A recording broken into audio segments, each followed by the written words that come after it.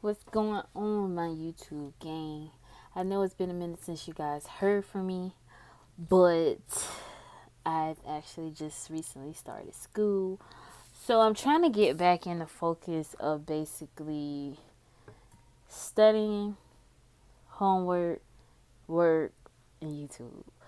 But anywho, I'm coming to you guys again with a story time.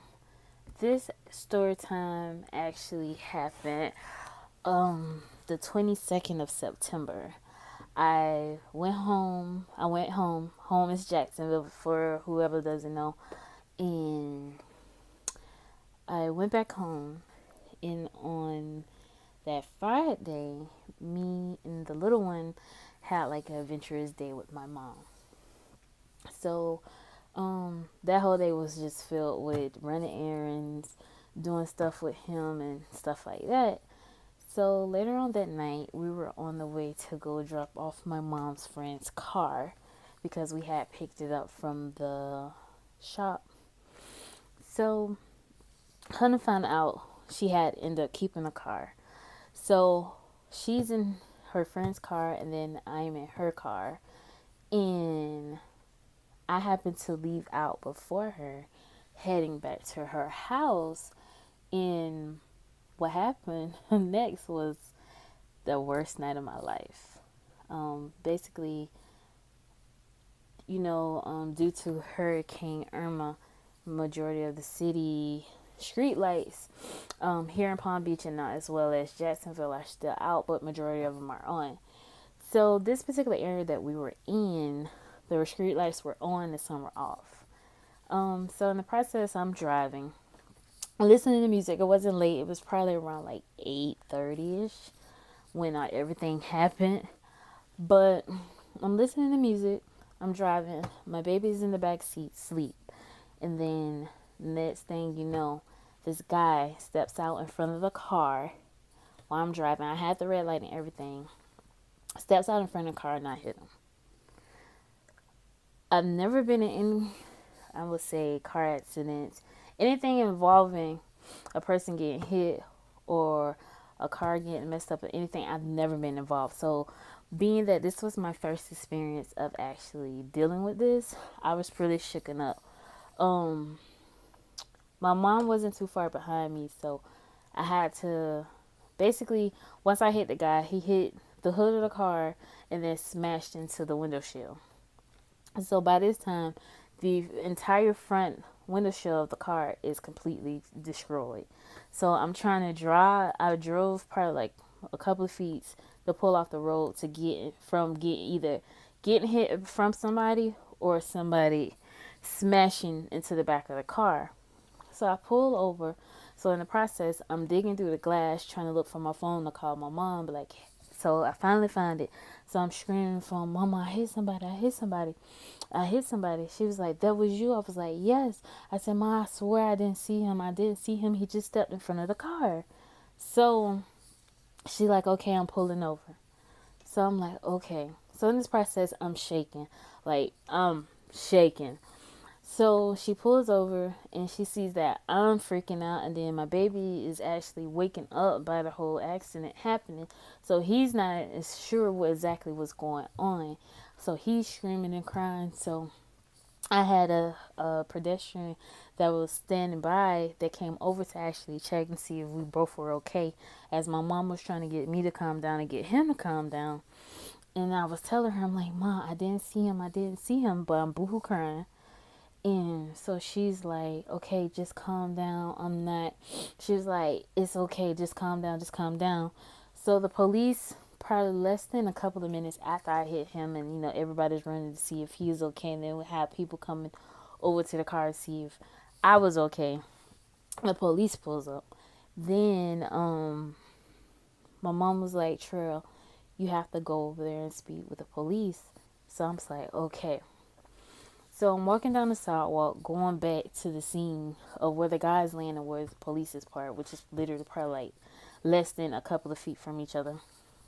So I get down into the officer. Instead of me focusing on the officer, I'm actually looking at the guy laying in the middle of the street. Like, he's moaning from the pain that I guess of the impact of the car hitting him. So this is kind of graphic. You can see as once I hit him and how he hit the ground that it bust his head open. So now he got all of this is bust open and he's bleeding from his arms and stuff. So I just instantly went to freaking out. So the police officer said, "Ma'am, just go back down to your car and I will be down there to talk to you in a second. Let me get the first responders on scene first and then I will get your information." So okay. So this about this time I have text my cousin and then I had called my grandmother and I'm like, "Grandma, I hit somebody. I hit somebody." And so she was like, "Terrell, where you at? Where you at?" I'm like, "I'm on Moncrief in Cleveland Road. I hit somebody." I said, "Ma, I didn't mean to. I didn't see him. He stopped in front of the car as I was going through the light." So she said, "Okay, I'm finna call your mom." I said, "She's here already." So I was like, "Well, I'm gonna call you back because I got to speak with the police officer." So probably 10 minutes after the first responders came and got the guy, the police came down to take my information. He asked for my mom's insurance information and stuff like that. And he was telling me like the process of how like it's going to be a waiting game and that is no telling how long that we would have been on the scene because one, we have to wait for the detectives to come out, and then two, we have to hear back from the hospital whether the guy made it or not. Before he actually left the scene, the guy was still breathing. He was still responsive. Um, Probably like 10 o'clock that night. Now, to remind you, this happened at 8:30. So about 10 that night, we were still sitting on the side of the road waiting for the detectives to come out and also hear word from the hospital. So then they finally heard, I'm going to say about 10:15ish, they heard word from the hospital that the guy had life-threatening injuries, but he was still alive. So um, the officers just came just making sure that we was all right, and then we had a couple of witnesses that were standing by that also came down. I don't want to say the gentleman's name, but he basically came down and broke the story down as far as like, "Sweetheart, calm down, because it was no way that you would have been able to miss him. He's been standing up here at this corner all day drinking. He has been recently thrown out the store a few times throughout the course of the day because of his intoxication, and as well as that, he's very impaired with alcohol and other prescribed medicines." So he was like, it was no way that you would have missed him. He said whether that was you or somebody else, um, basically that he would have still been hit. So it didn't make me feel any better, but the fact that I wasn't the only one that actually seen when he actually, I wasn't the only one that, I won't say I had a few people that came up to me that night and basically said, "You're not responsible for this accident." But inside, I felt like since I hit him that I was. So the thought of him going on in my head is like, everybody's saying, "It's not your fault, it's not your fault." But in the back of my head, I'm saying, "It is your fault, it is your fault." So, um, I'm going to say, I think it was about 11, probably like 11:30, 12, around that time when the detective finally came. And he interviewed a couple of witnesses that was there on the scene, and then he also came and took pictures of my mom's car. He took pictures of where they found the guy at, the cup that he had in his hands. Yes, he was still drinking through the process when I hit him. um and then he basically told my mom that he needed to sit me inside his truck and ask me a few questions. And some of the questions he asked were like, "Have you been drinking? Do you smoke any kind of illegal drugs? Do you take any prescribed medicines that would have that basically you're not supposed to be behind the wheel? How many hours did you sleep the night before?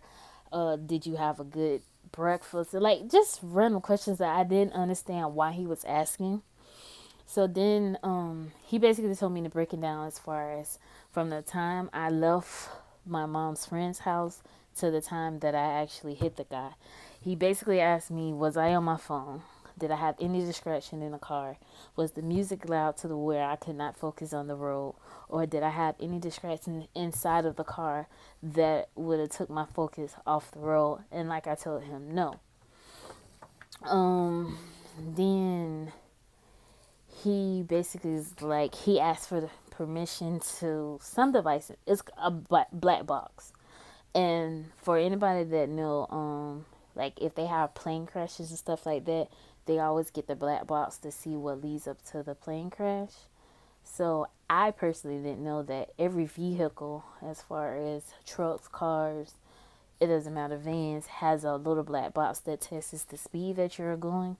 So in the act of an accident, the detectives or police officer, whoever, when you give them that permission to get that black box and see exactly your speed limit on the car, that could determine if you were at fault or if the person was at fault. Another thing that he wrote down to me, I always been the type of person to say, and it's not funny, pedestrians have the right of way, sorry. And that night, I finally figured out that that is not true in all cases. Pedestrians only have the right of way if they are in a crosswalk. If the pedestrian is not in a crosswalk, they do not have the right of way. And in case of them getting hit and they are not in a crosswalk or a crosswalk isn't present, that they are at fault of the accident. So I learned something new about that as well. Um, and you know, being that it was my first time that I was in an accident, I was paranoid because I didn't know if the guy lived or if he died, what would happen, basically happened to me. So my mom was like, nothing's gonna happen to you, nothing's gonna happen to you. But again, in the back of my mind, being that it was my very first accident, I asked the officers, I'm not gonna lie, I said, if he dies, what happens to me? And he was like, nothing. And then he basically broke it down and was like, it's not you're not at fault for him actually stepping in front of you. So I'm like, okay, it's in a little ease to me.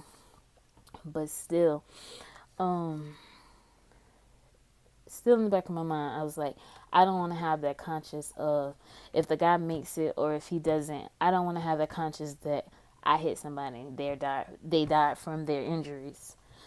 So, back to the story. After I spoke with the detective, we both got out of the car. He took more pictures of my mom's car actually. He got my mom's insurance information. He got my address here in Palm Beach, and then also he took down the address that is on my ID, which is my mom's. And then he took down my name. He took down my baby name. Basically, everybody who's in the car, he got all the information. Um, so after he spoke with us, he cleared us as far as that we could leave and go home. We were not able to. My mom thought that we were going to be able to get her car towed home.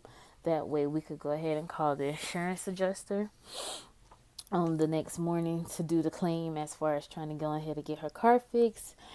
But no, they actually held her car until Monday, which was the 22nd. Was that Friday? So the 25th? Yeah, the 25th. By that time, I was back. I left on that Sunday to come back to Palm Beach. So, I called. They gave me the information as far as where we could have picked her, well, where her or my brother could have picked her car up, and also the information as far as getting the police report. Okay, that was the 22nd. Here we are, what, the 26th, which is that Tuesday. I had just gotten off work and I actually received a call. But normally, I don't know what made me pick up the phone this day, but normally I never pick up the phone. When I say never, I never pick up a phone number that I don't know. But this particular day, I picked up the phone. So I said, hello. And there's a lady on the other end of the phone, and she was basically like, may I speak to Miss Purdy? And I'm like, this is she. And she goes on to say, well, this is attorney so-and-so office. Could you hold for a second? So I said, sure. So I felt like this lady clicked over, dialed the number, and then clicked back over and made a three-way call. That's how I felt. And then gentleman got on the phone. He was like, "Oh, this attorney so and so and so, and I'm calling to collect your insurance information for the dead man." Mind you, I spoke with the detective that was over my case that Monday, and he never gave any word that the gentleman had passed or anything.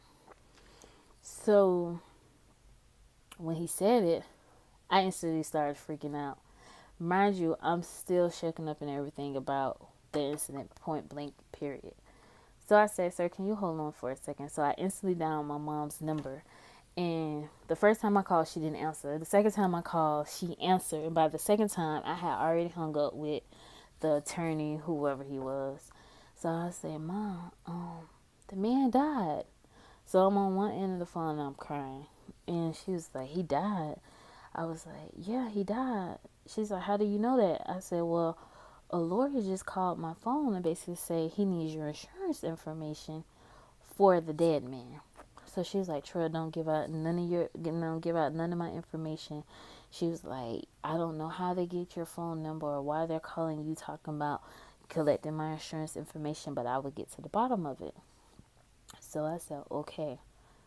So I hung up the phone with her, and I'm sitting in the middle of my cousin's floor, and I just broke down crying. Like, when I tell you, like, this has been that September 22nd, I will never forget the day. September 22nd was the worst day of my life.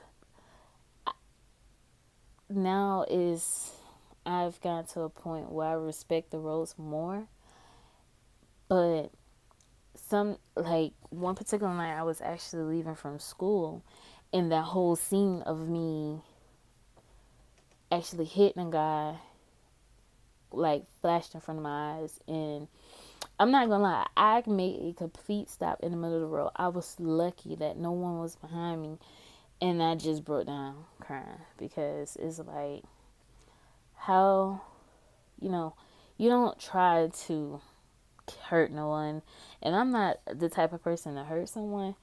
And when you get to that point where you're fearful of driving or you're fearful of something happening and then you're being responsible for it, it's kind of crazy because I've never been like scared to drive at all. From vacations, me going out of town, driving from the time I get there to the time I get back, I've never been fearful of driving. But for that to happen to me, it actually scared me a little. I'm not gonna lie, it scared the heck out of me. But only thing I could do is just pray and, you know, pray for the guy's family as well.